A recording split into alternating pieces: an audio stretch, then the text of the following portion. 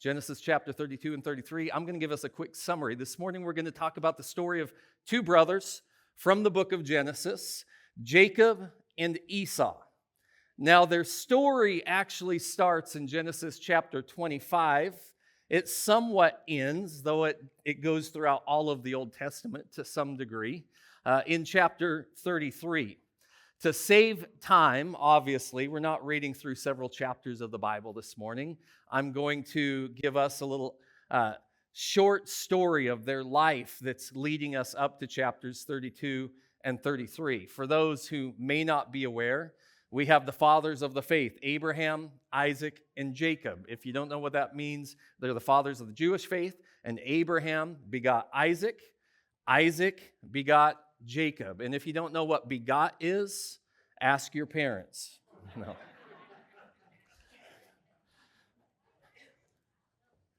But Jacob was not an only child from Isaac. Jacob had a brother. His brother was a twin. His brother's name was Esau. And in Genesis chapter 25, we'll see Esau was the oldest brother. And when you read through that chapter, you will see what God had originally intended, but what appears to be that Jacob somewhat tricked, if you would, but not really. Esau was more into his material life and meeting his personal needs. And so he kind of suckered him into taking his birthright, or giving up actually his birthright to Jacob. For those who don't know, the birthright was a big deal. The firstborn would receive, essentially they would become the personal representative of the estate when their father died and was tremendously blessed. And so Esau comes home from hunting, and when it came to Esau, he was like the family hunter. When it came to Jacob, just to kind of give you some backstory on that, Jacob was more like the family chef. And when it came to who they were in their family, I would say this, that, the mom favored Jacob and dad favored Esau. And so you kind of see this idea, he's a mama's boy and he's the family chef. And then you have Esau, who is a daddy's boy, and he's the hunter and gatherer of the family. He comes home hungry and he wants to eat something. And so Jacob says, you know what, if you give me your birthright, I'll go ahead and give you this, some dinner. And essentially, he gave up his birthright for a bowl of beans. And then in Genesis 27, you'll see, in addition to that what takes place is Isaac is on essentially his deathbed. He's nearing the end of his life. He's blind. And so he's going to give his final blessing, which was a huge deal. There's more to this than just a prayer and words. But it had impact that would change a person's life. And so he's going to give that to his oldest son, which was tradition. Rebecca finds out. And so Rebecca decides she's going to trick her husband, dress Jacob up like Esau, put hair on his arms and, put him in front of him. And that's what takes place. So Mama devises this plan. She tricks her husband. And instead, Jacob gets the end of life blessing in his life. Now, when Esau, the twin brother, finds out what's taken place, he's enraged. Because essentially, it was such a big deal that he feels like he is left with nothing. And so he's so angry at what has taken place that he is plotting his own twin brother's death. How many know that's pretty serious? And so somehow, Mama Rebecca finds out about what's taking place, and she sends her favorite son, Jacob, off to live with her brother, Laban. Now, Jacob moves to live with Laban, and most of you know the story. He's living there. He falls in love with one of Uncle Laban's daughters, and he wants to marry her. He has to work for a certain amount of years. Then he gets tricked and deceived himself, and he ends up marrying the older sister, Leah, who was cross-eyed. And then he ends up having to work a few more years, and he ends up with the one that he viewed as beautiful, Rachel. And then he ends up spending a few more years. It ends up, rather than just being there for a short time, he lives there for around 20 years away from his family with his uncle. And then we get to Genesis 31. And it says that God begins to speak to Joseph in a dream, and he tells him that it's time to return home. I want you to go back to your homeland. I want you to go back to your family. However, what that means is that Jacob is going to have to face what he fears. God is speaking to Jacob that it's time that you face what you fear. You're going to have to face your past. You're going to have to face the brother that you offended. Everybody say offended. In Genesis 32, just a quick summary, and we're going to come back through these. This is where the process starts. Say process. There's a process in this. So Jacob sends a messenger to Esau, informing him of his intent. He's hoping that he'll get a nice reply back. Hey, I'm going to come home. And he's hoping that Esau will say, oh, time has forgiven all. You're good, brother. Come on back. But guess what Esau does? Like a good brother, he doesn't even give a reply. Instead, he just lets the messenger know, I will come meet Jacob myself with 400 of my men. Now, I've heard it's wise to take somebody with you. But if you're bringing 400 people with you, there's a good chance that something else could be happening in this meeting, right? And so, of course, when Jacob hears this, you will see in verse 7 that he states he is afraid and he is full of distress. When it comes to reconciling the relationship, he is afraid and he is full of distress. I mean, you got to imagine he's probably thinking this is a chance for Esau to get his revenge, right? This is a chance that Esau will probably bring all of these men. They'll be armed. They'll want to kill me. They'll probably kill my family. He stated it publicly before Jacob ever fled that he wanted to kill Jacob. And so this is where life gets scary for people in the act of actually starting the process to reconcile when somebody has been offended. It can be scary. There's this fearful thing when you take that step. Maybe you've been the one that was offended. Maybe you're mama's favorite. Maybe you're a homebody like he was. Maybe you've been made fun of. Maybe you've been hurt. Or maybe you're the one that has offended somebody else. Your fault or not, because that happens. Sometimes we get the blame for being offended or we get mistaken for being offended. And the truth is, it doesn't really matter. It could have been a bad day. It could have been multiple things. But you know that there's somebody that is hurting because of you. And we all know this, that the closer they are, the harder it is. And it's why relationships break down. Because even though, sometimes we have these little hurts that take place or little things that are said, we're able to overcome them. But the truth is that there are times where something gets said or something happens, and it's just easier to not see them. It's just easier to not be around them. It's easier to avoid them. You guys all know what it's like because every one of you have been at Walmart before and ran into somebody you really didn't want to see. And the truth is, what did you do? What did you do? Because you didn't want to see them. You didn't want to have to face them. You didn't want to have to talk to them. Don't tell me that there isn't a majority here that haven't decided to turn around and go down a different aisle. That maybe you saw them in another aisle and you decided to go to the opposite side of the store. That you happened to see them out of the corner of the eye and you hope that they didn't see you and you just pretend like you didn't see each other and you keep shopping and you stick your nose in a birthday card or something. Right? You know what? Avoidance negates freedom. God has called us to live in freedom. And if we are trying to avoid people, then we are not living in freedom because we will be forced to go in other directions when we see that individual. And that is not true freedom. But God began to speak to Jacob's heart. He's beginning to speak to, I believe, hopefully today, some of our hearts, that it's time to go home and it's time to reconcile this relationship. Now, before I even get started, I don't want anybody to think I'm preaching your story. I literally was not in church last Sunday over at kids' church, and God began to share with me something about reconciling in relationships. Simply, not because of anybody's story in our church, but because I believe it's the final step in working through the steps of offense that we've been talking about. And so this morning, I want to talk about this idea of working through reconciling relationships. You know, there'd be some people here that would say, you know what, I've forgiven them. And maybe you have forgiven them, but forgiveness is not enough.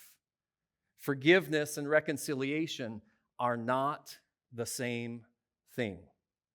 Forgiveness is an expectation from the Lord, right? Forgive as you have been forgiven, right? But you can forgive without ever reconciling, because you can forgive from a distance, but you can't reconcile from a distance. Reconciling requires us to take steps toward the individual, toward the person. But forgiveness is truly only one step in the direction of reconciliation. The call of God on his followers, if you say that you're a Christian, if you say that you're a follower of Jesus, is not to live in avoidance, but to live in freedom. It's not to live in fear, but in faith. It's not to live offended, but in peace. It's not to live as peacekeepers, but as peacemakers. It's not to be separated unto ourselves, which is what we want to do, but to be reconciled to others. It is called the ministry of reconciliation. And that's what I want to talk about this morning. I'm hoping that we can learn a few steps, not all of the steps, but a few steps from Jacob and Esau this morning about reconciliation. After working through the process of being offended or being the offender, there should come a time in our lives where we begin the process of reconciling to each other. Point number one this morning is that reconciliation with others actually begins with God. In Genesis chapter 31, verse 3, the Lord said to Jacob, these are his words, I want you to return to the land of your fathers and to your family. And these are important words, and I will be with you. It had been 20 years. And I'm sure over that 20 years that Jacob had thought about home over those years. That he'd thought about his family and wondered about his mom and his dad, wondered about his twin brother.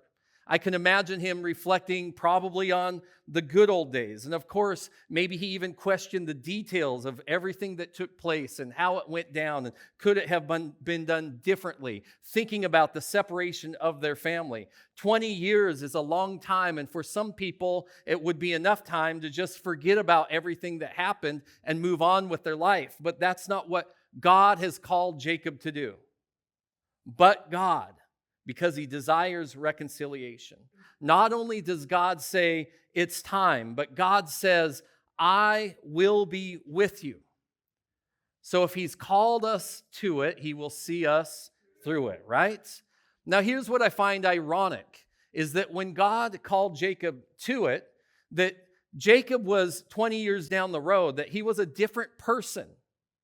He wasn't the same person he was 20 years ago. His mama was no longer affecting his choices. He wasn't allowing others to speak into his life. But when it came time to leave because of what was going on in their family, he reverted back to his old ways. When you read through this story, he fled his immediate circumstances just as he had fled his family 20 years earlier. God says, I want you to go, and I will be with you. That should be enough assurance right there. But instead, he waits for Uncle Laban to leave so that he can sneak his family away and they can flee away as fast as they can. Exactly what he did in the very beginning. Old habits die hard, even when you know God is with you.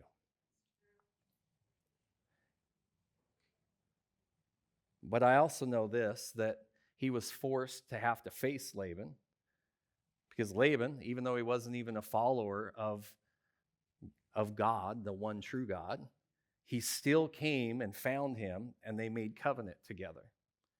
In a sense, his father-in-law showed him the wiser way of leaving one another. In Genesis 32, we'll see kind of this beginning of the process. And there's this odd story at the start of the chapter. Jacob is on his way, and it says that he has this visitation from angels. The angels of God end up meeting him. Now, I don't know what took place. I've read plenty in studying for today's sermon of speculation of what people think took place. But the truth is, we don't know what took place. We don't know what was said. But Jacob can be sure that no matter what he faces, when it comes to fulfilling what God has told him to do, God's call for reconciliation, he can be sure of this, that God is with him, and he seems more motivated than ever to reconcile this relationship. As challenging as it is to reconcile with someone, we should be encouraged because it starts with God. It is God's calling for his people. And he wants us to know that if we are obedient to what he has called us to, that he is with us in the process. The second step this morning is that reconciliation requires prayer. Genesis 32, 9 through 12. I'm going to read through all of these verses. It says, "Then Jacob said," and he begins to pray, "O God, my father Abraham, and God of my father Isaac, the Lord who said to me, 'Return to your country and to your family, and I will deal with you.' I'm not worthy of the least of all the mercies and of all the truth which you have shown your servant. For I crossed over this Jordan with my staff, and now I have become two companies. Deliver me, I pray, from the hand of my brother, from the hand of Esau, for I fear him, lest he come and attack me and the mother with the children. For you said, I will surely treat you well and make your descendants as the sand of the sea, which cannot be numbered for multitude." So listen,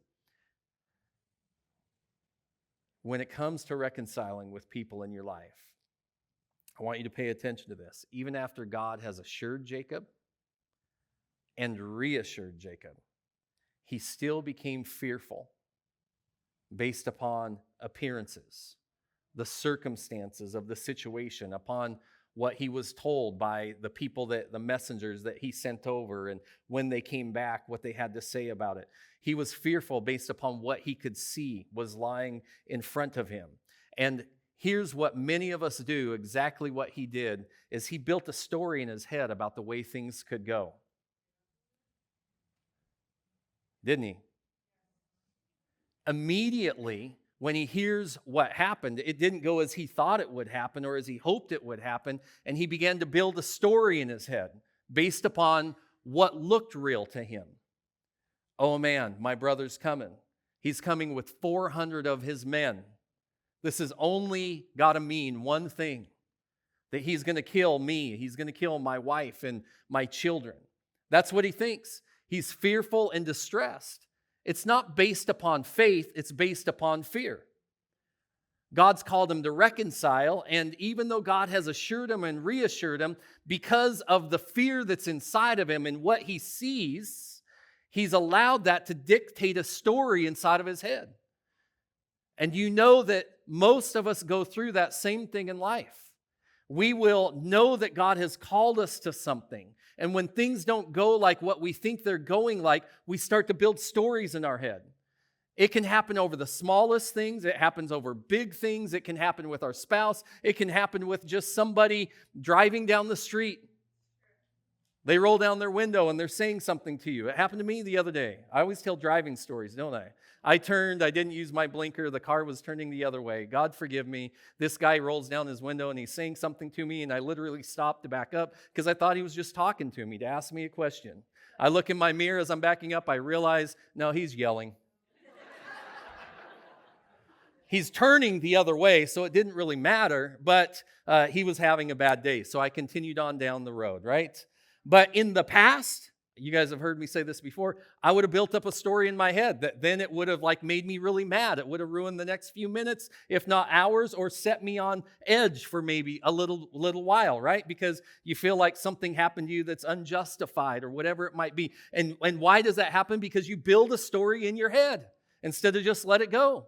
And it happens with each other all the time, whether it's in our family, our spouse, our kids, whether it's in the church. You make up stories that aren't real. And you allow those stories to dictate your emotions. And then, because it dictates your emotions, you will often allow those fake stories that you made up to dictate your steps, your actions. Think about how many times we act on lies. And I can call them lies because you may think that's what happened, but you aren't acting on facts. Most of the time, we don't know the facts. And this is exactly where Jacob is. He is starting to allow all of this to stress him out. He's already allowed what's happened to affect his emotions. Will it affect his steps? Instead of taking a step back, he took another step forward by pausing to pray. That's a step forward. It was kind of like a God help me prayer. Nevertheless, you know what? I don't know if you've been in a tight situation like that. I think I've been there many a times. Something happens and you know that you're about to have to get into a situation or deal with a situation, and you know that it wouldn't be wise for you to say things that you might want to say or think that happened or whatever it might be. And so, you know, as you're approaching that situation, you say a little prayer. I kind of view that as what Jacob was doing here. I've been there and I've been like, you know what, Lord? I'm in the middle of the situation and there's not much time. And so God, help me. And I literally mean that. I'm like, I've been driving down the road. Okay, I guess I got to go deal with this. God, help me. Lord, please help me. Give me the words to say. Give me patience. Give me the ability to hear, to listen, to not speak quickly, to not get angry, Lord. Help me to give words of wisdom, to speak your word to this situation. Lord, I pray that you would soften hearts. Lord, I'm praying that you would work a miracle in this situation. And you know what? Just in a prayer like that, I've seen God show up multiple times. Pausing to pray is still a step forward. And if you look at his prayer, you will notice that Jacob in his prayer, and this is important, he quickly positioned God to where God should be. Right? We'll often put the mountain of the complexity of the situation, this giant mountain at the top. Like that's controlling us in our situation. And what he did is he put God back at the top. No, God is higher than this. His plans are higher than this. His ways are higher than this. His thoughts are higher than. God is the one that is still in control. He says, the God of my fathers. But it was no longer just the God of his fathers. But he says, the Lord who speaks to me. He's also my God, my Lord, my master. And then he does take time to remind God of his word to him. And then he's very honest with him. You know what? I'm afraid in this situation. He opens up. He's not fake. He's not phony. God knows all things already. And he just shares his feelings with God in that he asks for protection for his family. And then he closes with reminding God of God's promise to him. Now, I don't know about you, if this prayer is as much about reminding God of what God has said, but often saying that in a prayer will remind us of what God has said. Nevertheless, there's no greater power available than prayer. Praying to God and God moving through that prayer. And prayer changes us as much as it changes our circumstances. Prayer changes us as much as it changes our circumstances. Sometimes, if you really look at it, it changes us more than it will change our circumstances. And our circumstances change because it first changed us. The third thing with reconciliation is that it involves kindness. Why do I have to say this? Because we've probably been there before where you're like, I got to go reconcile with this person. I gotta. It's what God's word says. I need to be obedient. You kind of go to make up with somebody and you're still popping a little attitude on the inside. And so you're like, you know what? I forgive you. What is that? You didn't go to, you like ask for forgiveness. Like, I hate that kind of thing. I forgive you? Really? Is that the way you want to start this conversation? See you later. That's how you feel at times, right? Like, you don't go in with this attitude that you're above. You go in with this attitude that you're below.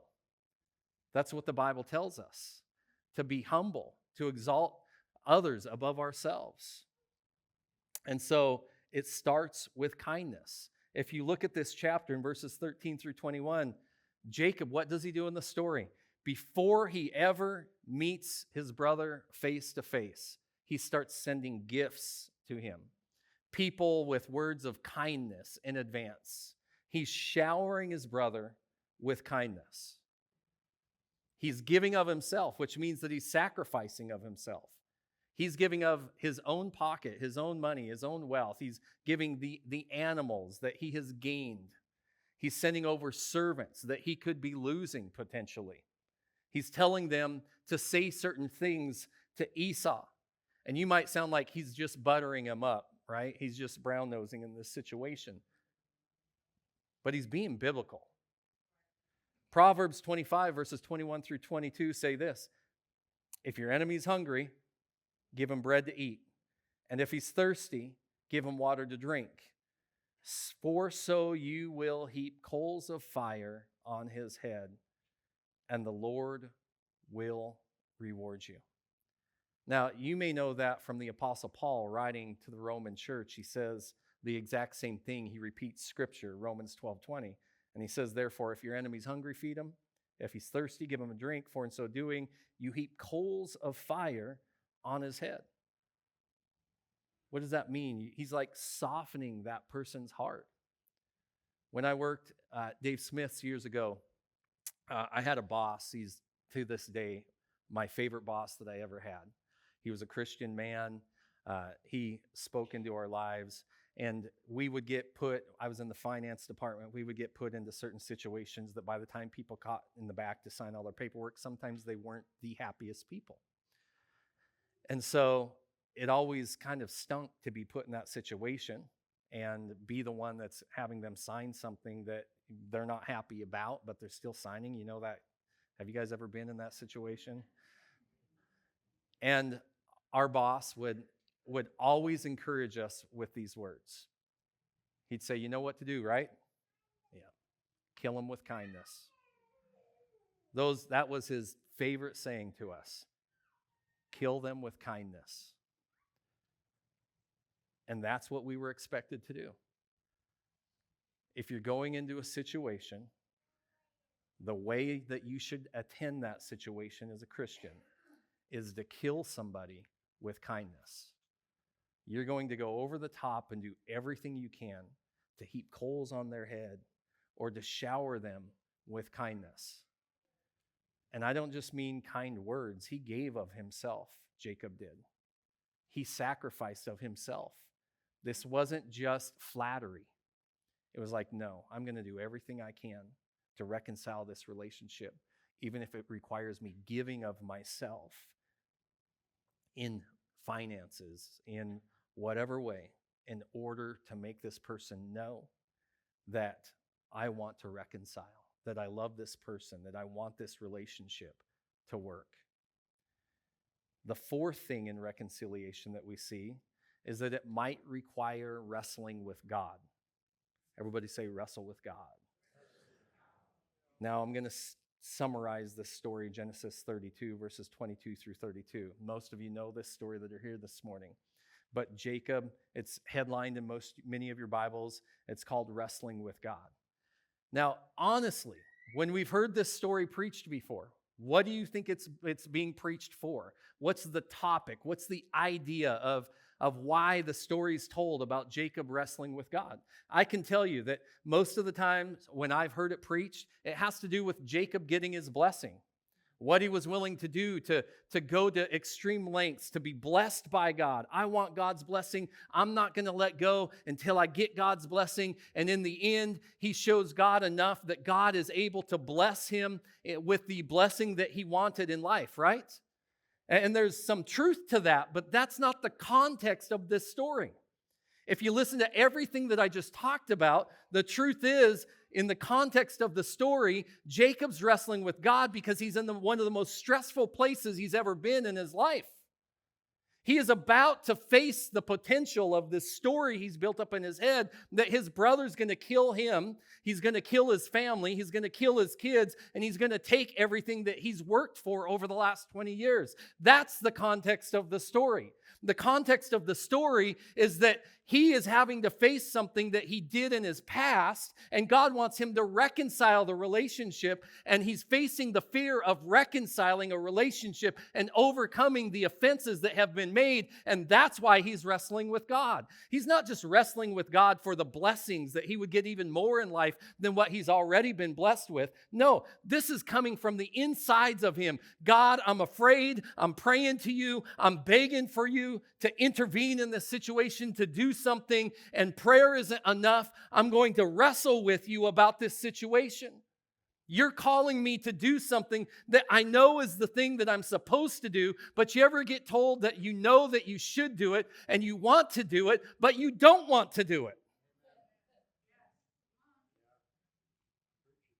How many times have we been there? There's been many a times like, I want to do this, but I don't want to do this. And that's where he's at right now. He knows it's the right thing to do. He knows it's the good thing to do. He knows it's the God thing to do, right? And so he has initiated the step towards him. He has initiated kindness. He's given of himself. And now he's by himself. It's time to get serious with God. He sends his possessions over. He sends his servants over. He sends his family away. And he gets serious with God. He gets by himself. If I'm going to move beyond my past and into my future in the right way, listen, if I'm going to move beyond my past from this day forward into my future the right way, if I'm going to live in freedom and I'm going to live in peace, then I have got to get serious with God. I just picture him in his mind. He's like, I've been wrestling with this life for a while now. Now listen, he wasn't like a Satanist. He wasn't a paganist. He was somebody who believed, but he had been wrestling with his life for years. But now he wants to wrestle for the right reasons. He wants to be an overcomer. He wants to be a winner. And so what does Jacob do? He gives God his all. Somebody say all. Everything he had. He's willing to wrestle with God all night long. He gave God everything in that moment. And then finally, God gives Jacob what he needs and what he wants. The blessing. God changes his name from Jacob to Israel. He's no longer a heel, and he's no longer a supplanter. He's no longer somebody who continually wants to do things his own way. But now his name is Israel, which means God prevails. See, if we read the story, we think that Jacob prevailed, but Jacob didn't prevail. Jacob was put to an end. And he's given the name so he can remember it, that in the moment when you surrendered all, God prevails. Now, I don't know if I can say this with 100% accuracy, if it's the reason or not, but it definitely played a role. The requirement to reconcile has led Jacob to surrender his all to God. The requirement to reconcile has led him to give his all to God. He's finally in a position where he can say, God, have your way. You win. And his name change represents who God is in his life now. It represents his future. It represents the blessings that he'll walk in. Now, even though Jacob got what he wanted when he received the blessing, God did bless him. God gave him what he needed in order to be able to walk in those blessings. He couldn't have blessed him prior to this wrestling match like he's blessing him now. In the midst of this tangle with God, God gave him what he needed before he gave him what he wanted. What he wanted probably could have destroyed him. But instead, God gives him something special. Verse 25, it states that Jacob's hip was touched by God. It's what he needed. It says that he put his hip out of socket. And if you finish out that chapter, it states that it not only affected Jacob the rest of his life, that he would walk with a limp, but that all of the people who followed after Jacob, becoming Israel, the nation, will no longer eat the muscle on the hip that God touched. You know, that's impactful. That's memorable.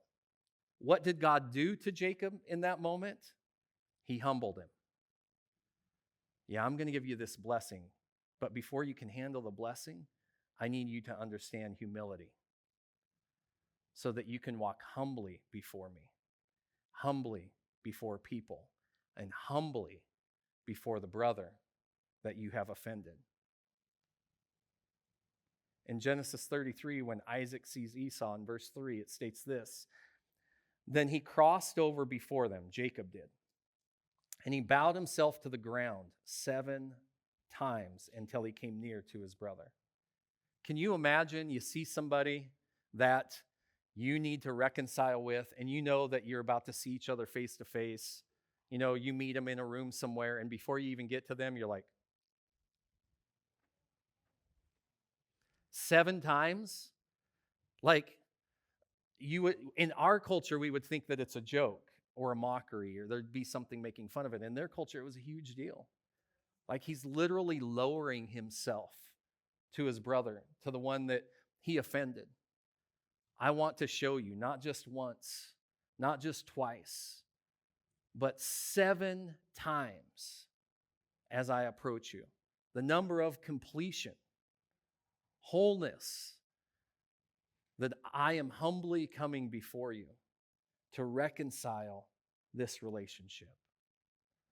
The 5th point this morning is that reconciliation requires steps toward each other. So listen, humility is a prerequisite to God's call for us to live a life of reconciliation. But the next step has to be a step toward each other, which is what we saw in the previous verse. But I'm going to read all of the first 4 verses of chapter 33. Reconciliation requires us to take steps toward each other. Now Jacob lifted his eyes and looked, and there Esau was coming, and with him were 400 men. Now here's the moment, right? You don't get along with somebody, and God's telling you to reconcile with them. You've made up stories and lies in your head, and now God's telling you, I want you to deal with those lies in your head. You have worked through some emotion, and you finally see the person. And when you see them, and he has 400 guys with him, that's going to continue or have the temptation to continue that story in your head, but he sees what's taken place. This is the moment. This is the decision time. What are you going to do when you see them? This is the moment when you are walking through Walmart and you see them. This is the moment when you walk into church and you see them. This is the moment when you've had a fight with your spouse and you have to come home from work and walk in the house and you see them. This is the moment when your kids left for school in the morning and they come back through that door in the afternoon and you see them. What are you going to do when you see them? Do you walk away? or do you walk toward them? Because reconciliation requires us to walk toward them. So he divided the children among Leah, Rachel, and the two maidservants. He put the maidservants and their children in front, Leah and her children behind, and Joseph and Rachel went last. Verse 3, and then we've read this. He crossed over before them. And then he bowed himself to the ground 7 times until he came near to his brother. What's going to happen when he takes those steps? Verse 4, listen to this. But Esau ran to meet him. He ran to him. He embraced him. He fell on his neck and kissed him. And they wept. To me, it reminds me of the story of the prodigal son. Like, this is a grand moment. And when you look at this, here's what I want to say. You might think that Jacob took the first steps here, right? But as soon as Esau heard that Jacob was even thinking about returning, what was Esau's response? Yes, he's returning. All I know is this: I'm going to start traveling in Jacob's direction. Like, he didn't have to leave his home. That wasn't what Jacob was asking. Jacob was just saying, you know what? I want to return, and he's hoping to get a good response. Esau's like, forget this. I'm going to bring all my guys, and I'm going to go meet my brother again. Like, it was totally different than the story that he told himself. It was the complete opposite. What looked like a curse, what looked like damnation, what looked like hell in life was actually a blessing that was coming toward him. His brother was actually wanting to bring a bunch of people with him to celebrate the reconciliation of their relationship. It was the opposite of what the devil wanted. It's what God wanted. Can you imagine that what might look like cruelty or meanness or getting picked on is actually, in what you perceive it to be, is supposed to be the blessing in your life, but you look at it so differently because you've allowed the enemy to speak to you and your past to dictate things inside of you and your emotions to influence you, that you can't see what is meant to be a blessing, and you still see it as a curse in your life. This is exactly what happened in their lives. Esau starts traveling in Jacob's direction. And then once they start seeing each other, I just have this picture in my head. Jacob starts walking toward him. Now, Esau's already traveled all this way. Now, don't think that he just hopped on a horse and rode a couple miles to meet his brother. This was a long distance. It wasn't just the time that he was sacrificing, but can you imagine traveling a few days on some sort of animal, whatever it might have been, with a bunch of food in order to feed himself and 400 guys? He was paying a price too, to reconcile. And so this is what he's willing to do. And when he gets part way, his brother sees him, and his brother holds his family back, and he starts limping towards him, right? Because his hip just got touched by God to give him what he needed, not just what he wanted. Walking in humility towards his brother. And I just picture Esau looking at his brother as he's limping towards him with his family behind him. I'm excited to see him, to finally have the ability to reconcile with my brother. And you can't wait for your limping brother to get to you. If he can't get here fast enough, I'm going to run to him. And Esau takes off running in order to greet his brother. I don't know about you, but when I listen to this story, this song comes into my head. Some of you may know this. I'd start walking your way, you'd start walking mine. You guys know that song? We'd meet, it's not, of course, I'm not a good singer. In the middle, 'neath that old Georgia pine, right? We'd gain a lot of ground if we'd both give a little. Ain't no road too long. Ain't no road too long. It may look long, but it ain't that long if you'll meet in the middle. Sorry. Sorry if that took the anointing out of the room. If reconciliation is ever going to happen, then somebody has got to get to stepping. That's what this is really about. It doesn't really matter who. And here's what I want you to hear this morning. It doesn't even matter who goes first. Somebody just has to choose to be the hero in the relationship and be the one that chooses to walk in humility first. And realistically, there's no biblical precedent for who takes the first step. Now, you may think there is, and there is probably a wiser way, but here's what I want to read to you. Matthew chapter 5, verse 23 through 24.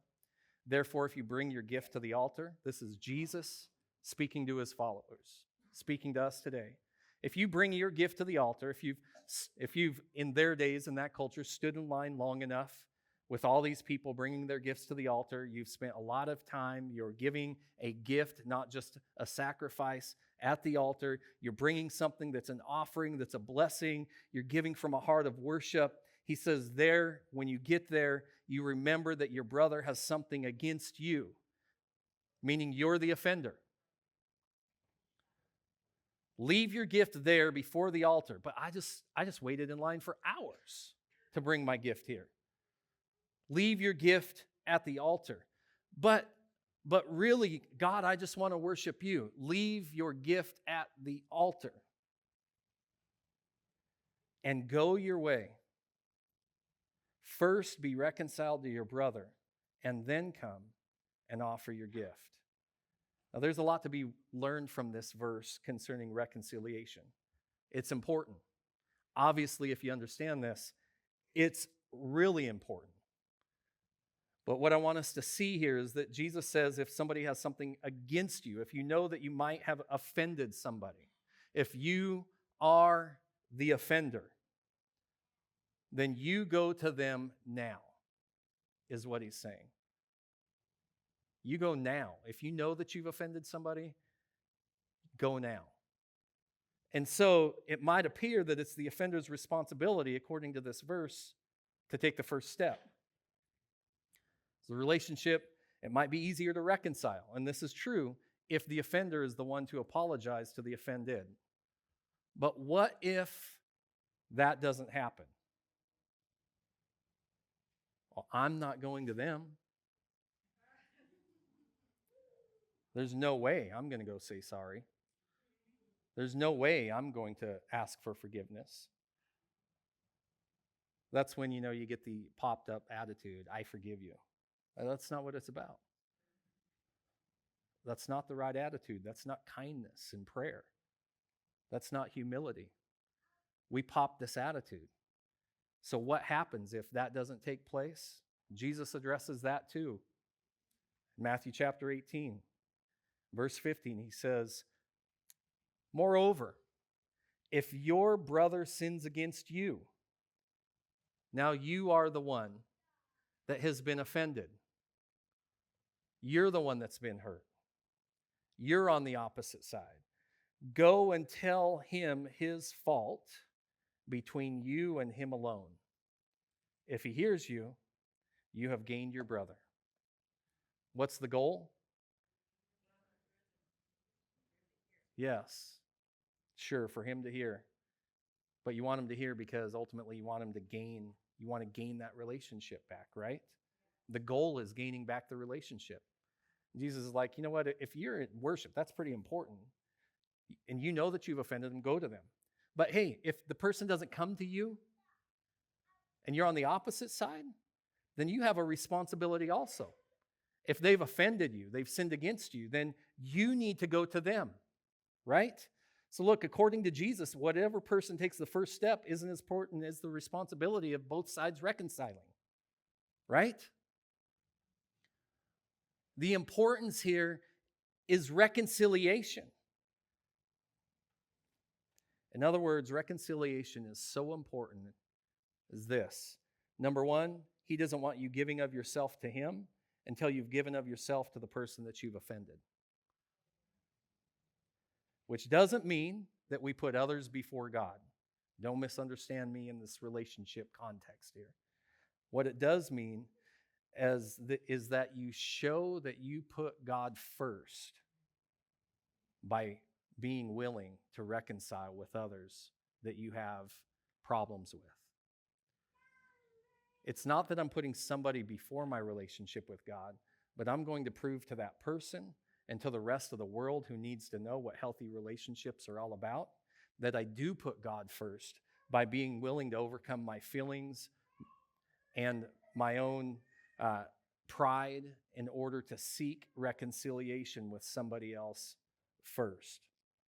The second thing is this: it's so important that if you're offended, that you go to that person between you and them alone. Somebody say, me and them alone. Notice when it came to seeing each other face to face, who did Jacob take with him? Nobody. It says that he set his family back. He'd already sent over his servants. You might think, well, the servants are on the other side. He didn't know they'd be there. For all he knew, that his brother could have killed all of them. But when he sees his brother, he's like, I'm going to walk to him by myself. And he goes first. He leads the way. That's what a real leader does. That's what a real Christian does. They go by themselves and they face the situation. They don't go to their best friend and share their crazy thoughts so that now their best friend has those crazy thoughts. They don't go to their pastor and tell on that person in the hope that their pastor does something about the situation.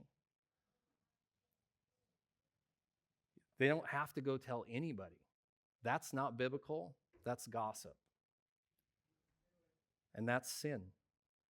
If you go to somebody else before you go to the person who's offended you, you're in sin.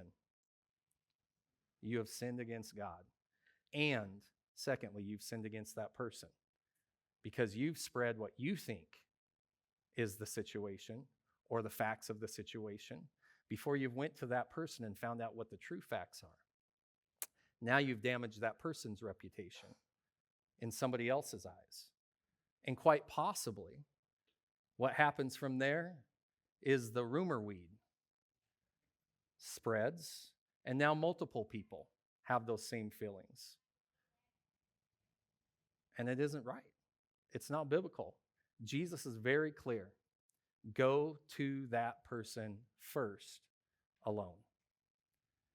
Not to your best friend, pastor, or anybody else who will listen to your story. Number 3, it's so important that Jesus doesn't care who takes the first step. He just expects that somebody gets to step in. Number 6, and my final point, rejoice in the victory of reconciliation. Now I want you to look at those verses again. Genesis 33, 3-4. Jacob crossed over before them. He bowed himself to the ground. He came near to his brother, but Esau ran to him, embraced him, fell on his neck, kissed him, and they wept together. Picture that scene, the emotion of that scene. It's filled with warmth. It's filled with love. That's what reconciliation is supposed to look like. And in reconciliation, in this story, we see a glimpse of God. Notice what Jacob says to Esau in verse 10 of chapter 33. Jacob said, "If I've now found favor in your sight, then receive my present from my hand, and as much as I have seen your face, as though I had seen the face of God, and you were pleased with me." It's just like I had seen the face of God. If you want to know what the face of God looks like, he's saying, go to your brother, go to your sister, go to the person you've offended, ask for forgiveness, and seek to reconcile that relationship. Now, we got to understand this, that the devil is the one who seeks to destroy relationships. We all deal with offense. That's a fact. The world is broken. That's a fact. And in the end, as we've said throughout this series, Scripture's clear. Many will be offended and walk away. But just because somebody's offended and walk away doesn't mean it's the end of their story or your story together. Reconciliation becomes even more important as we near the end of time. That we will see somebody that we've had aught with. And you know how many times people have aught with somebody? And let's talk about the church in general, and they leave. You know, many times they don't ever find their place in another church. There's times they'll find their place in another church, but they have those same hurts, same emotions, and they'll leave that church eventually for the same reason, and they'll go somewhere else until finally God deals with them. But the truth is, I know many people who have left over being offended, churches in general, and they never come back to church at all. The goal here is reconciliation. The goal is that together we endure to the end. The goal is that we all walk with Jesus together. That's what this is about. Reconciling these relationships. And reconciliation is a testimony to the world. When everybody else is offended at each other and they're angry and they're upset and they've got all of these divides, like in our nation, the political divides and all these other divides that are taking place over all of these issues, it's normal to be offended. It's normal to say hurtful things. It's normal in the world, but it should not be normal in the church. What should be normal in the church is the world seeing us despite our closeness, our togetherness, and us hurting each other's feelings like happens every day in every single relationship in the world. And yet we're able to overcome those hurt feelings and those emotions and those offenses and being offended and being the offender, that they see our love for one another, right? That's what it's about. It's a testimony to the world that we have the ability to reconcile when other people in the world refuse to reconcile. We should celebrate reconciliation so the world could see that's what healthy relationship looks like. You know, I think about the celebration of reconciliation, and sometimes when we return to each other, like sometimes it's like an embarrassment, or I don't, let's make this relationship work. But the truth is, man, Esau was celebrating seeing his brother. There's times in life where I've seen this take place. You know, I rejoice, if I could embarrass Mark real quick. Mark, come here real quick and hold my hand. And wearing the shirt, yeah. Come up here. Mark was one of my elders until 2020. There was something that took place between us. For 3 years, we hadn't seen him and his wife. Mm-hmm. There was aught, and it took somebody else in the church. You'd think that your pastor would be mature enough. I'm human like you. Trust me, ask my wife. I get my feelings hurt. I get ticked off. I think things, say things. I break everything that I've just preached about. So if you think I'm preaching at you this morning, I'm not. But it was fall of last year that Cindy Bess came and said, would you please just call Mark? And I called him, and Mark's like, oh, I was going to call you. It's been 3 years. On Valentine's Day.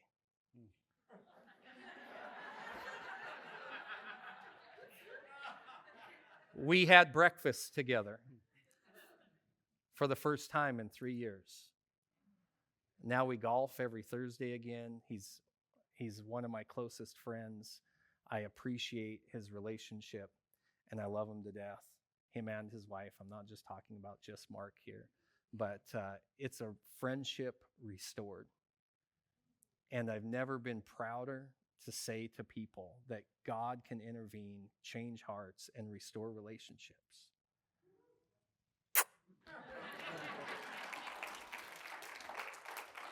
Joe, can I have Joe come here real quick? Joe was our worship leader a few years ago. About 5 years ago? 6 years ago. He was one of our worship leaders. Stuff happened. We don't need to go into the bad stuff that happened. I at one point said, and I don't even know if Joe knows this, Joe had said some things that he felt about stuff that where he was in life and what had happened. And I had said, Joe's leaving and going somewhere else. I had said to a couple of my leaders that Joe will never, if he ever came back to our church, he'll never play on our worship team again. Did you know that? No. He's since returned 2 years ago, a year ago. And he's in the last 5 or 6 years done a tremendous work. Joe would say in his life, of course, in my life. We met again a couple weeks ago. God's restored this relationship, and you will see him back up here next Sunday on our worship team. And I'll say the same thing. He has a heart for the Lord.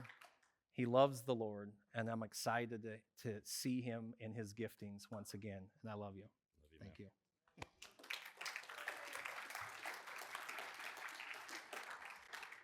You might in the moment think that it's going to be impossible or never would happen. God does the miraculous because it's God's call on our life to reconcile relationship. I want to end with stating why reconciling relationships should be so important to us. And I'm going to just read through this so that I don't take any more of your time. Of course, it's the typical hour that I preach. Not only is it what God asks of us, but the reason he can ask it of us is because it is exactly what he has done for us. Whenever we extend forgiveness and seek reconciliation, we are reflecting the one whom we say we follow after, Jesus. Think about this. We've broken our relationship with God time after time. We sin, we hurt God with our disobedience and rebellion, yet God doesn't have to forgive us. He doesn't have to. God could just as easily hold a grudge and punish us in hell for eternity, and we would deserve it. But instead, God comes to us through his Son, Jesus Christ, taking the first step. He took the first step. He didn't wait for us to change. He took the first step. He didn't wait for us to say we're sorry. Don't misunderstand that. He took the first step. He didn't wait for us to take the first step, even though we were the offenders. He took the first step. It says, while we were yet sinners. He loved us first. He sent his Son, Jesus Christ, to die on the cross. Why? So that before we even knew that we needed it, that we could receive forgiveness and an opportunity to reconcile our relationship with him. He opened the door, and I'll tell you this morning that he stands there with open arms, waiting for us to accept him. Now, most believers in the good news of Jesus Christ, we understand the need for reconciliation with God. But many struggle with the importance of seeking and pursuing reconciliation with one another. Reconciliation requires a willingness to forgive, but it also includes a commitment to prayer, to kindness, to sometimes even wrestling with God for the humility that we need in the situation, and then choosing to take steps forward to see this relationship restored. God is calling believers. He's calling you and I to move beyond just the concept of forgiveness, to take the steps of reconciliation with one another in light of his goodness, in light of his glorious saving work in our own lives. So when the power of the gospel is realized, we'll not only celebrate our reconciliation with God, but we will also pursue, experience, and celebrate our reconciliation with one another. Let's pray. Father, this morning I thank you for your word, and I just pray that this story of Jacob and Esau this morning, that it would speak to our hearts. There may be people here this morning, life is good with everybody around them. I pray that you would speak to their heart, that you would plant it deep inside, because there will be a day where it won't be good with everyone around them. There are people here this morning that they're facing relationships with family, their spouse, their kids, parents, friends, co-workers, people in the church, in your kingdom, maybe even with you, Lord. Lord, I pray by your power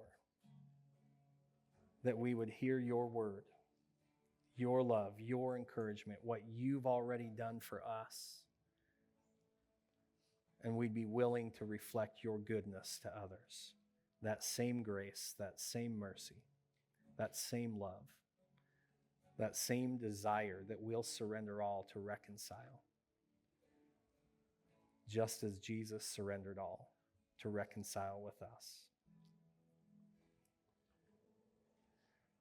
Lord, I pray that you would guide our way, soften our hearts, and humble us today to be the people you have called us to be. May we celebrate reconciliation. And we thank you, Lord, for this day. May we move forward into a future of freedom and peace, goodness and blessing as we walk out your ways. In Jesus' precious name we pray.